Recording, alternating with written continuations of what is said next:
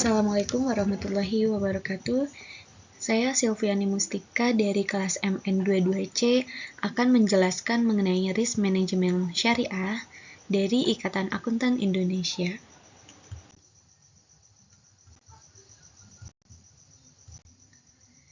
Yang pertama itu ada mengenai pengantarnya. Nah, di sini ada konsep resiko, manajemen resiko. Resiko adalah dampak dari ketidakpastian terhadap pencapaian sasaran. Dampak menurut ISO 31000 adalah deviasi dari apa yang diharapkan bisa bersifat positif dan atau negatif. Manajemen risiko adalah suatu rangkaian aktivitas terkoordinasi yang mencakup prosedur dan metodologi yang digunakan untuk mengarahkan dan mengendalikan organisasi dalam mengidentifikasi, mengukur, mengendalikan, memantau, dan mengevaluasi resiko yang dihadapi. Nah, di sini ada urgensi penerapan manajemen risiko, ada pencapaian strategi goals, entitas yang optimal. Risk management principle. Manajemen risiko haruslah yang pertama menciptakan nilai, bagian integral dari proses organisasi, bagian dari pengambilan keputusan secara eksplisit, mengakomodir ketidakpastian, sistematis, terstruktur, dan tepat waktu berdasarkan pada informasi terbaik yang tersedia, disesuaikan dengan karakteristik perusahaan terkait dengan faktor manusia dan budaya perusahaan, transparan dan inklusif, dinamis, interaktif, dan responsif pada perubahan, lalu memfasilitasi perbaikan dan peningkatan organisasi secara kontinu. Yang kedua ada konsep dasar keuangan Islam.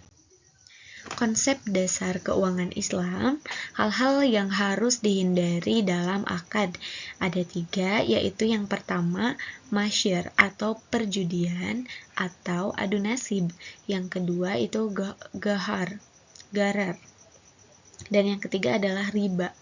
Macam-macam riba. Ada riba nasi'ah atau penundaan, riba jahiliyah. Yang kedua riba fad atau penukaran komoditas yang sama namun kualitas dan kuantitas berbeda. Yang ketiga batil. Yang keempat menipu dan menyembunyikan informasi aib atau cacat yang ada pada barang atau jasa. Yang kelima itu melakukan kezaliman dan pemaksaan. Nah, di sini ada produk dan layanan bank syariah.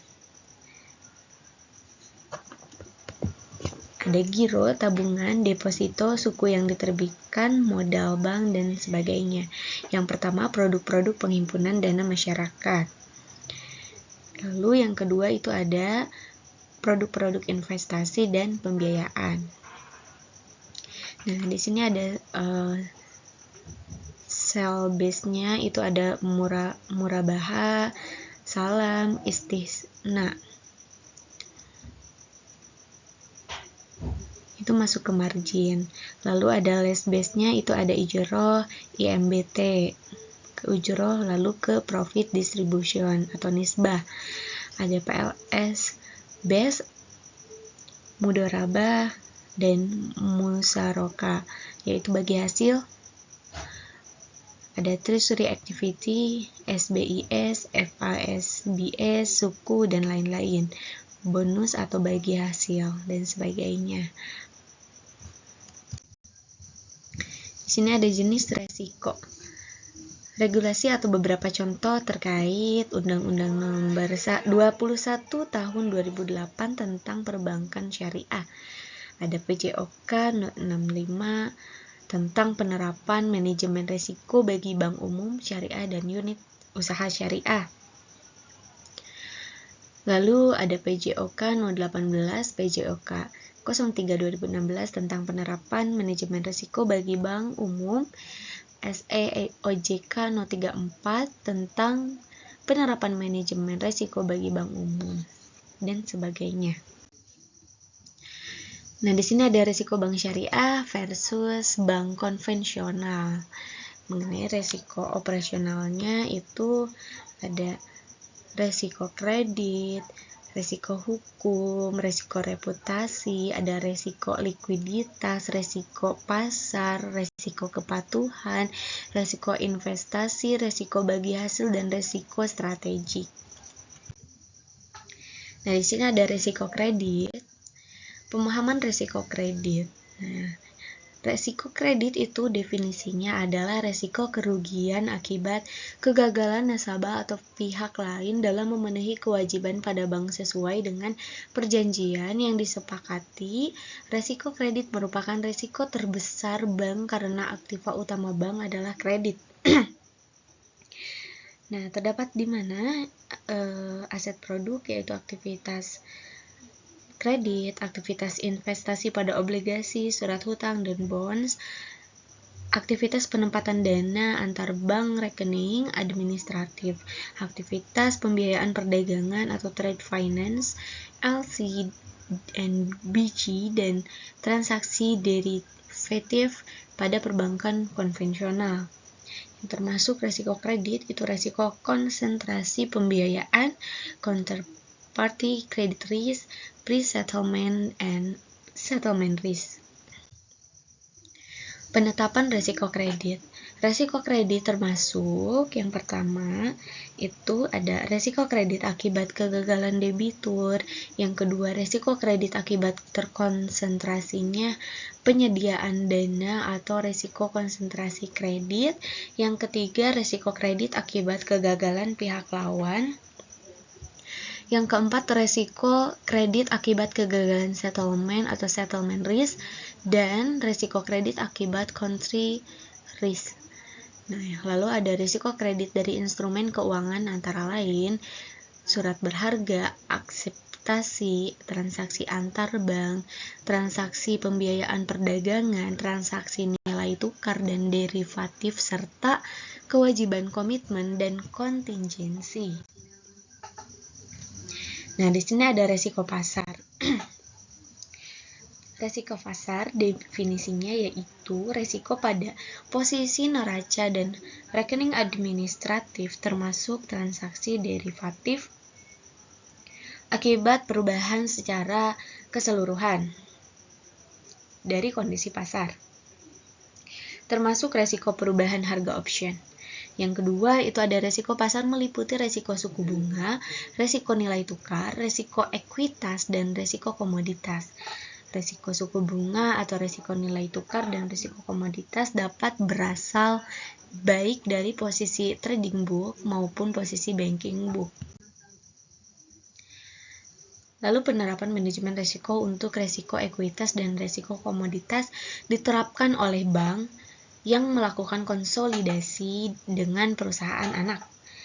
Cakupan posisi banking book dan posisi trading book mengacu pada ketentuan otoritas jasa keuangan mengenai kewajiban penyediaan modal minimum. Lalu ada risiko likuiditas.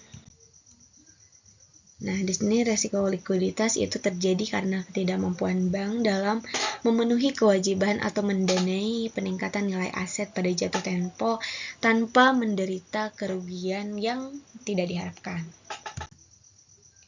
Di sini ada risiko likuiditas, faktor-faktor risiko likuiditas, ada juga beberapa cara umum untuk mengukur risiko likuiditas. Itu termasuk rasio likuiditas, pendekatan statistik, analisis cash flow, pengamatan pasar, kebijakan dan prosedur internal, laporan keuangan. Ada risiko operasional. Ini merupakan risiko yang timbul dari kegagalan atau kekurangan dalam proses internal, personel, sistem, atau dari faktor eksternal seperti perubahan regulasi atau kejadian luar biasa.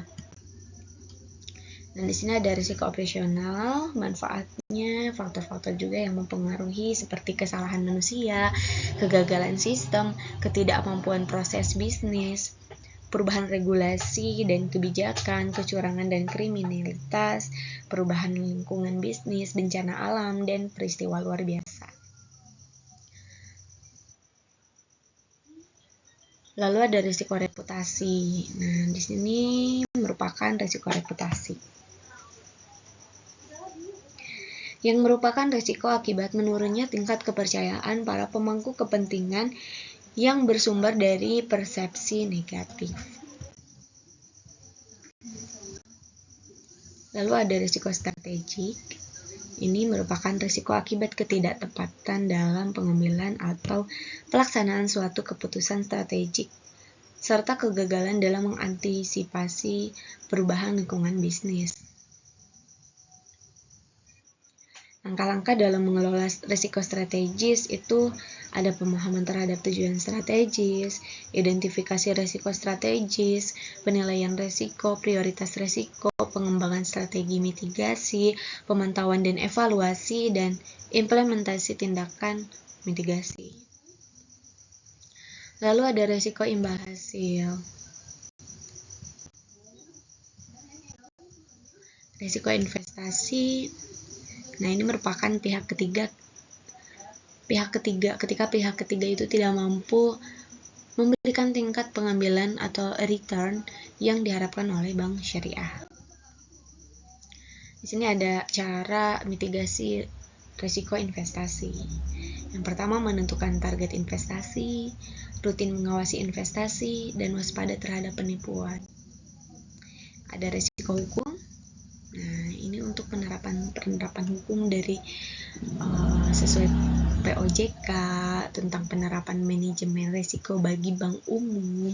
Juga ada referensi lainnya, lembaga perbankannya itu apa gitu, hakikat perlindungan umum, dan salah satu bentuk perlindungan hukum dari bank kepada nasabahnya.